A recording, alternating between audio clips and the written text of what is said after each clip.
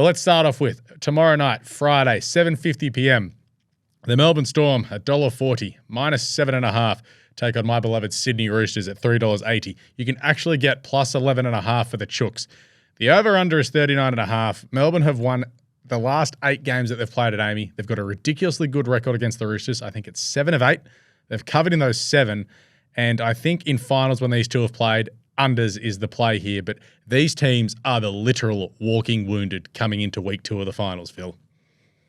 That's exactly right, and that's why you're seeing that these last-minute line adjustments as well. Because I wrote up this preview yesterday, and the line was pretty steady at 11.5. But we've more recently heard that Jerome Hughes is highly unlikely to, take his place in the Storm team. So that's where you're seeing that swing back to 7.5, and it does leave me a little bit gun shy as well, because I was kind of coming into this feeling like it was going to be a Storm 13 plus job with, them just kind of putting the foot down, at some point in the second half and pulling clear. I'm not so sure now. I still look at both of these back lines, and I think one looks like a side more likely to win a New South Wales Cup premiership. One still looks like an NRL backline, that being the Storms. The Roosters, obviously, without Joey Manu and Joseph Suaalii, and they were kind of already stretched anyway. But, they've got a good 4 reserve-grade players playing in this backline this weekend, which is going to make life really tough on the edges. The Storm, all of a sudden, don't look so competent either. We knew that they lost Xavier Coates and also young Tonamapea as their left centre, but his replacement is Justin Olam. And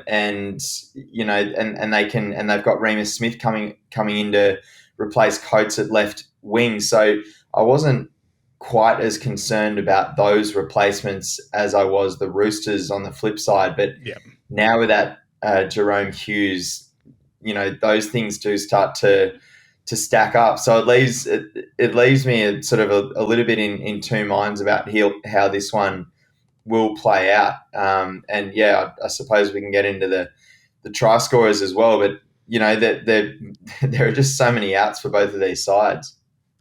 Yeah, well, that's it. Before Coates was ruled out, you just would have gone straight to him. He'd scored 7 tries in his last 3 against the Roosters. I suppose for the Storm, you're looking at Will Warbick. He's got a good record this season. Cam Munster, of course, in big games, much to every New South Wales fan's chagrin. And then across to the Roosters, it's going to have to be James Tedesco really winding the clock back. He's got 6 tries in his last 9 final games. And you just feel if the Chooks are going to be any chance, Luke Keary and Sam Walker have to be the 2 best players on the ground by a long way. Yeah, exactly. And, Keary's been in really good form as the Roosters have hit their straps across the back half of the season. I think we're still kind of expecting a bit of rocks and diamonds from Walker. It was a beautiful left to right pass that set up a try last week for the Chooks. He's capable, I suppose, but Cam Munster's probably the best player in this game, if it's not Harry Grant. And I still think the Storm have the quality at home to get the job done. As you mentioned, they've won their last 8 games at Amy Park. They've covered in 7 of their last 8 against the Roosters. So that's what makes this task look formidable for a Chook side, which looks like it's just about naming a reserve grade backline, as I've mentioned. And the Storm have won both halves in each of their last 4 home games as well. So I don't, the Storm halftime, full time, there could be a bit more value there if you let that market settle off the back of this Jerome Hughes news as well. I don't mind Nick Meaney as a anytime try scoring bet. Without Jerome Hughes, he's going to have to step up a little bit more as well. And the Roosters are just going to look so vulnerable on both edges. So I think there will be holes to be made out there, with some of his second man play. There's still the Storm backline is still more than competent enough to create opportunities in that attacking part of the field for Melbourne. I still think the Storm win. I'm just hoping to see where that line settles. It's been the Roosters have now had to be perfect for about 6 weeks, Yeah. and at some point, I think that journey just becomes quite taxing, and there'll be a time in this game where if the scores are roughly level and the Storm find some momentum, I just can't see the Roosters having the resilience to stick with them, which could mean a couple of late Storm tries, and that's probably where I'm leaning. Where the Storm do look vulnerable is on their left edge defence. We saw all 4 of the Broncos' tries last week come down that side of the field. It was Reece Walsh, it was Jordan Ricky, it was Katoni Staggs as well. So that's where the Roosters are going to need to target. That's where I think James Tedesco could find something. He's got COR Wong, the young boom right edge forward on his outside as well, hopefully running some decent lines for them. So I like Tedesco as an anytime try scoring option at $3.45 on Ladbrokes. COR Wong is $5.60 via Ladbrokes anytime try scorer. So that's where some of the value is.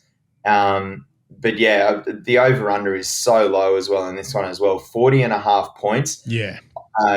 And you could have got $2 for that last night on Ladbrokes as well. Whether that drops even further without Jerome Hughes in the team, we'll have to wait and see. It looks like Tyron Wishart will be the one covering him there.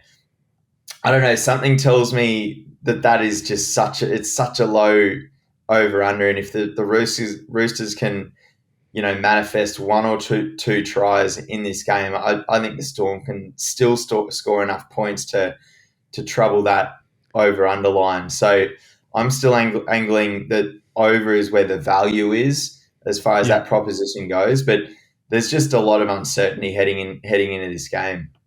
Yeah, well, that line is now, as I've got up Ladbrokes now, that line has come into that plus 7.5 for the Roosters. So that 11.5 is long gone. I feel, for me, if the Roosters are going to win this game playing that side of the fence, it's going to be unders. It's going to be something like a 14-12, 14-10, where just a penalty goal and a couple of converted tries gets the job done, but where it'll be a real defensive scrap, and then obviously the Roosters get blown away by the Panthers next week. But that's what's got to happen for the Roosters to win. If the Storm win and win it well, I feel like that, as you said, that over could be the play there.